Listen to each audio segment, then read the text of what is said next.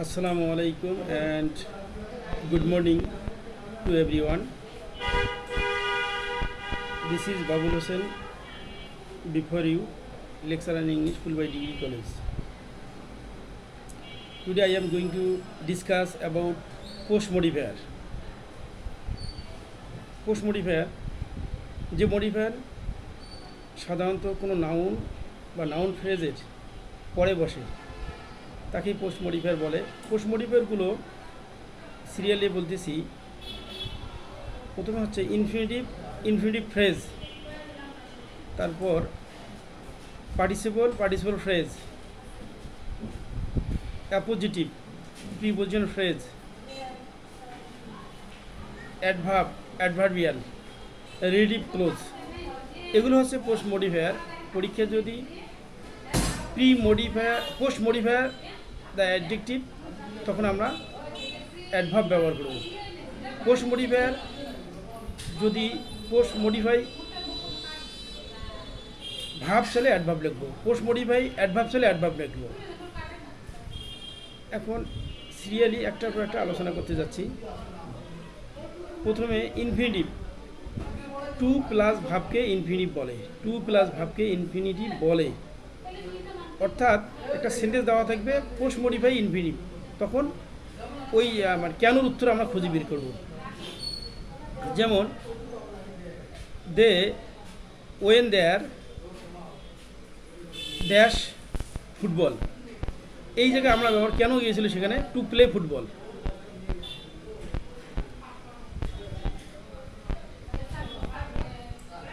The boy came here dash English, এখানে to learn English.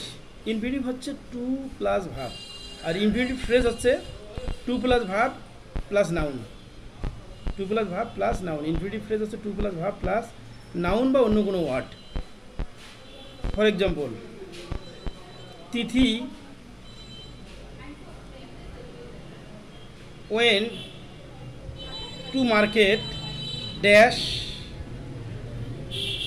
এখানে bracket আছে post modifier infinitive phrase. তখন আমরা এখানে তিথি বাজারে গিয়েছিল ড্যাশ আছে, কী করার জন্য বাজারে গিয়েছিল? To buy a beautiful dress বা টু বাই এ ড্রেস।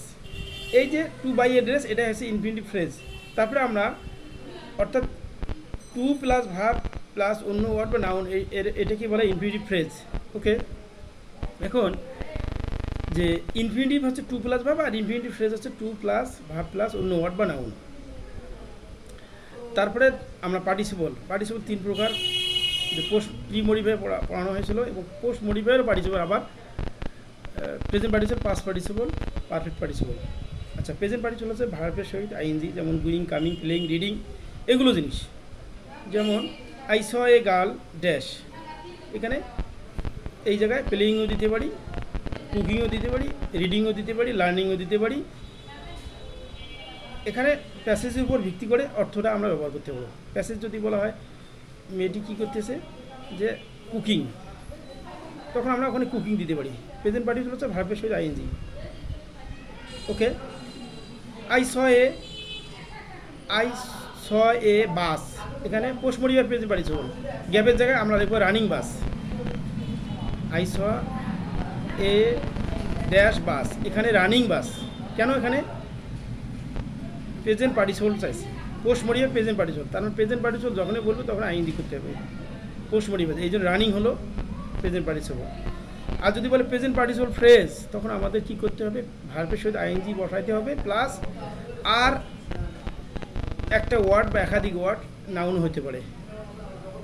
এই প্রেজেন্ট পার্টিসিপল হচ্ছে, আবার বলি, ভার্বের সহিত আইএনজি প্লাস ওয়ার্ড বা noun. Example, teacher came here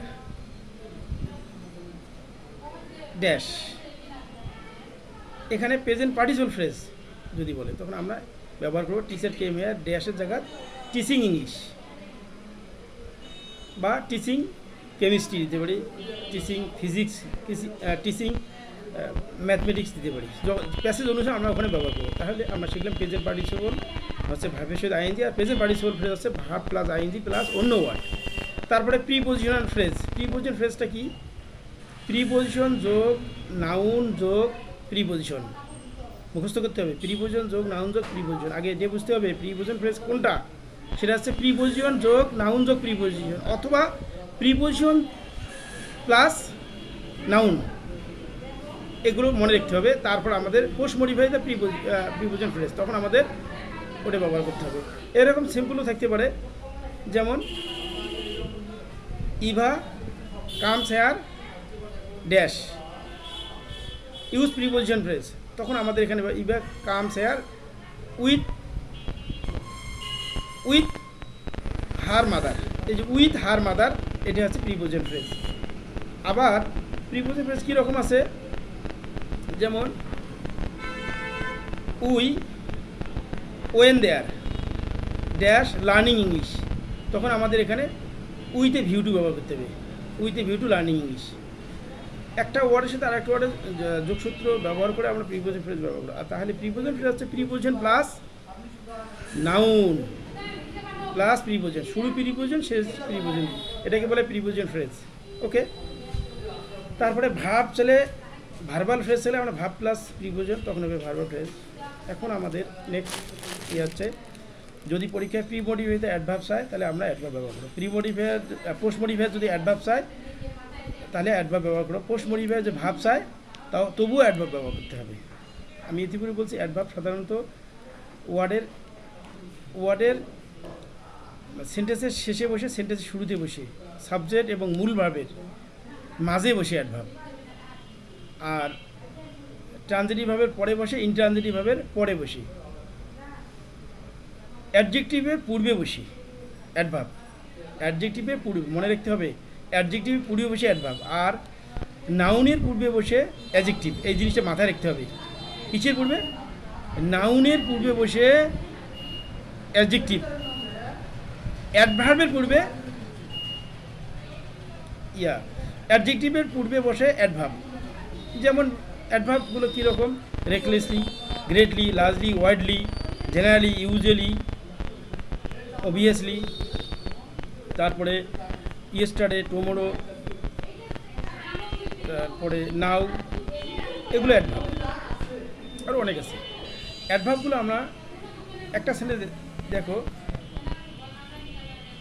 she dash helps me in the class, এখানে পোস্ট মডিফায়ার ভাব যদি চায় তাও অ্যাডভার্ব ব্যবহার করো, পোস্ট মডিফায়ার অ্যাডভার্ব চায় অ্যাডভার্ব ব্যবহার করো, অলওয়েজ ব্যবহার করবো এখানে। She always helps me in the class, এখানে শি ইউজুয়ালি দিতে পারি, শি জেনারেলি দিতে পারি, সামটাইমস দিতে পারি আমরা, এটা অ্যাডভার্ব। আর শেষে যদি বলা she goes to college dash post modifier ভাব, ওখানে এভরিডে দেওয়া যায়, ডেইলি দেওয়া যায়, রেগুলারলি দেওয়া যায়। আর যদি বলা she went to Dhaka dash post modifier adverb, তখন আমরা ইয়েস্টারডে দেবো, যে পাস্ট টেন্স যেহেতু আছে। তাহলে অ্যাডভার্ব আমরা কাকে বলতে পারি, যে ওয়ার্ড কোনো ভাব, অ্যাডজেক্টিভ বা অন্য কোনো অ্যাডভার্বকে মডিফাই করে তাকে অ্যাডভার্ব বলা হয়। অন্যভাবে আমরা অ্যাডভার্ব চিনতে পারি বা বলতে পারি answer of where, when, why, how, অর্থাৎ ভাবকে প্রশ্ন করলে কোথায়, কখন, কেন, কীভাবে, এর অ্যান্সার থাকলে আমরা অ্যাডভার্ব। যেমন সুফিয়া গোস হোম, কোথায় যায়, বাড়ি যায়, এই হোমটা আছে adverb. Sufia did the work beautifully বা নাইসলি, এটা দ্বারা বুঝালে, এখানে হাউ এর অ্যান্সার, এটাও অ্যাডভার্ব। আর যদি বলা হয় Sufia is a dash serious girl, এখানে আমরা very serious girl, a very serious girl, serious এর পূর্বে অ্যাডজেক্টিভ, এর পূর্বে অ্যাডভার্ব করছি। যাই হোক, আমরা এখন শিখব পোস্ট মডিফায়ার অ্যাপোজিটিভ। অ্যাপোজিটিভটা কী? অ্যাপোজিটিভ হচ্ছে দুইটা নাউন পাশাপাশি বসলে প্রথম নাউনটির পরের নাউনটার পরিচয় করে দেয়, অর্থাৎ প্রথম নাউনটার পরে যে দ্বিতীয় নাউনটি কতগুলো ওয়ার্ড দিয়ে গঠিত হয়, সেটা হচ্ছে ডিটারমাইনার থাকবে, অ্যাডজেক্টিভ থাকবে, হেডওয়ার্ড। তার মানে ডিটারমিনার মানে সংখ্যা, মডিফায়ার মানে অ্যাডজেক্টিভ, আর প্লাস হেডওয়ার্ড মানে নাউন। এই তিনটে বা দুইটা অ্যাটলিস্ট 2 ওয়ার্ড মিক্সার করবে অ্যাপোজিটিভ, দুইটা ওয়ার্ড। সেটা হচ্ছে যেমন এখানে যদি কাজী নজরুল ইসলাম এখানে আছে, দেওয়ার পর কাজী নজরুল ইসলাম আসছে, লেখা দেওয়া আছে, তারপরে কমা ড্যাশ আছে। এখন এই জায়গায় আমরা কি দেব, তারপরে ভার্ব আছে যে rights A lot of poems, তখন আমরা এখানে দেব আওয়ার ন্যাশনাল পোয়েট। যদি এখানে আমিনুল ইসলাম বা রিজু দেওয়া থাকে, comes in time in college বা টু কলেজ, এখানে আমরা লিখব এ পপুলার প্রিন্সিপাল অথবা এ ব্রিলিয়ান্ট প্রিন্সিপাল। এখন মিস্টার স্বপন যদি থাকে দেওয়া থাকে, আর গ্যাপের জায়গায় আমরা দেব অ্যান ইংলিশ টিচার অথবা an assistant professor of Phulbari degree college is a good teacher. এরকম অ্যাপোজিটিভ যদি চায় তাহলে আমরা একটা গ্রুপ ওয়ার্ড ব্যবহার করব। অ্যাপোজিটিভ হচ্ছে যে ডিটারমিনার, মডিফায়ার, হেড ওয়ার্ড, এই তিনটার সমন্বয়ে অ্যাপোজিটিভ গঠিত হয়। অ্যাপোজিটিভ হচ্ছে প্রথম নাউনটে দ্বিতীয় নাউনটে পরিচয় বহন করে দেয়, সেটা নাউন ফ্রেজ হবে। যাই হোক, তারপরে আমরা শিখবো রিলেটিভ ক্লোজ। রিলেটিভ ক্লোজ কীরকম, যদি কোনো ব্যক্তি বোঝায়, ব্যক্তির পরে হু বসাইতে হবে, তারপরে ভাব, তারপরে এক্সটেনশন, অবজেক্ট হতে পারে এক্সটেনশন। যেমন সীমা ড্যাশ, তারপরে ইজ মাই সিস্টার। এখানে হু রিডস ইন দিস কলেজ, এখানে এটা is my sister, who reads in this college, এটা হচ্ছে রিলেটিভ ক্লোজ। তারপরে এভাবে রিলেটিভ ক্লোজ আমরা বানাতে পারি কীভাবে, একটা সেন্টেন্স দেওয়া ছিল teacher dash dash is my brother. এখন এই জায়গায় মাঝে আমরা কী বলবো, টিচার বলছি হু ইজ টিচিং, এই যে হু ইজ টিচিং এটাকে বলা হয় রিলেটিভ ক্লোজ। এভাবে আমরা পরবর্তী ক্লাসে আমরা হাতে কলমে হোয়াইট বোর্ডে আমরা শিখব ইনশাল্লাহ। তারপরে আসতেছি কি আমরা শিখলাম কি, প্রথমে infinitive phrase, participle phrase, preposition phrase, adverbial, তারপরে রিলেটিভ ক্লোজ, তারপরে অ্যাপোজিটিভ। এখন অ্যাডভার্বিয়ালটা কি, I can say you. Adverbial হচ্ছে একাধিক ওয়ার্ড থাকবে, ভাবকে প্রশ্নগুলো কোথায়, কখন, কেন, কীভাবে, অর্থাৎ গ্রুপ অফ ওয়ার্ড, যে ওয়ার্ডগুলো হচ্ছে গ্রুপ থাকবে সেটাকে অ্যাডভার্বিয়াল। অ্যাডভার্বিয়াল চেনার একটা বুদ্ধি বলে দিচ্ছি, সেটা হচ্ছে প্রিপোজিশনের পরে প্লেস বা টাইম থাকবে, তখন আমরা অ্যাডভার্বিয়াল চিনব। আবারও বলতেছি, প্রিপোজিশনের পরে টাইম বা প্লেস থাকবে অ্যাডভার্বিয়াল, এটা একটা, ওটাকে প্রিপোজিশন ফ্রেজও বলা যায়। যেমন Zakir live in a village, এটা আছে ইন এ ভিলেজ, এটা আছে অ্যাডভার্বিয়াল। একটি গ্রামে বাস করে, স্থান বুঝেছি, স্থান একটা ওয়ার্ড হলে অ্যাডভার্ব, একাধিক ওয়ার্ড হলে অ্যাডভার্বিয়াল, এটা মনে রাখতে হবে। যেমন teacher is in the class, in এটা অ্যাডভার্বিয়াল। যেমন আই ওয়াজ বর্ন ইন 1980, আমি 1980 সালে জন্মগ্রহণ করেছিলাম। ইনের পরে যে একটা সাল আছে এটা অ্যাডভার্বিয়াল, অনেক আছে অ্যাডভার্বিয়ালের বিষয়টা অনেক আছে, এখানে অনেক এক্সাম্পল আছে।